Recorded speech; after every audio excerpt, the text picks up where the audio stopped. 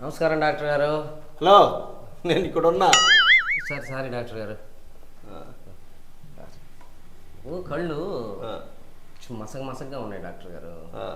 ఇందాకే అర్థమైందిలే నాకు. మీకట్టే అర్థమైంది?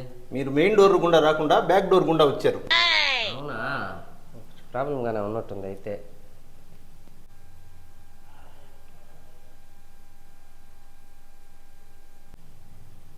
ఈ కన్నా అటు పక్కకి జరపండి, ఈ సైడ్ కూడా. ఏంది సమస్య? మీ గురించి బాగా చెప్పుకుంటున్నారు డాక్టర్ గారు. ఏమని? మంచి డాక్టరు, కళ్ళు డాక్టర్, మంచి డాక్టర్, బాగా చూస్తాడు, మంచి పేరు ఉందని చెప్పారు డాక్టర్ గారు. ఓకే, ఈ సమస్య ఏంది?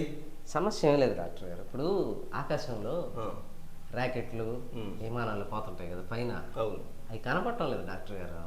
ఇప్పుడు ఆ రాకెట్లు, విమానాలు, ఇజ్రాయిల్, అమెరికా, ఇరాను, ఆ యుద్ధాలన్నీ నువ్వు చూడాలనా? అట్లా కాదు డాక్టర్ గారు, కనపడటం లేదు అయ్యి ఎంత దూరం అని. అంత పైన ఉండేటి మాకే కనిపివయా? నీకే కనపడవయ్యా? కనిపివు. అట్టయితే ఇబ్బంది లేదులే డాక్టర్ గారు. తర్వాత ఏంది నీ సమస్య? ఇంకేం లేదు. ఇప్పుడు ఎదురుగున్న గోడ ఉంది కదా, ఆ గోడ మీద అక్షరాలు ఉన్నాయి కదా, అవి అసలు కనపడటం. రే స్వామి, ఆడ అసలు గోడే లేదు, అది కర్టన్. అది అసలు గోడే లేదు ఆడ. బాగానే ప్రాబ్లం ఉన్నట్టే డాక్టర్ గారు.